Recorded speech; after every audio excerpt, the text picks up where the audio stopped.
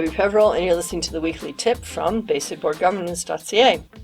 I'm finally finished talking about conflict of interest, if you've been following along. So today I'm talking about policies.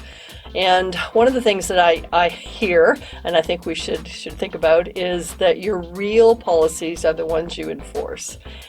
Most organizations have policies. Sometimes they have a lot of policies that aren't written down. They're just kind of accepted by people, even though they're not documented. And some groups have written down policies that they don't follow. So best practices would mean that your policies you're following are the ones that you're written down. But let's look at a typical example. I see this quite a bit. Every group has some kind of policy around board attendance. The usual thing is if you miss 3 meetings, you're off the board. And I can tell you that lots of people miss 3 meetings and they're not off the board. What I think the real policy is that if you miss 3 meetings and you're not well liked on the board, they're going to ask you to leave.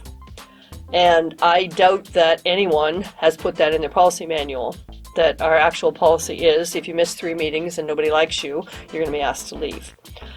But if this is the policy you actually have, then first of all, I don't think you should have that policy. I think anybody who misses 3 meetings should be off the board, whether they're well liked or not.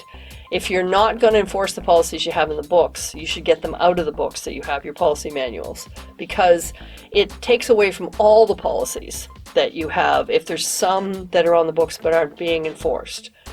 It means that people don't really know where they stand because there's categories of policies. When you get a new board member, you give them that big binder, here's our policies. Well, the board member will soon find out that there's policies that probably aren't in that book, and they will also find out that there's policies in that book that nobody is going to enforce. So this is not ideal.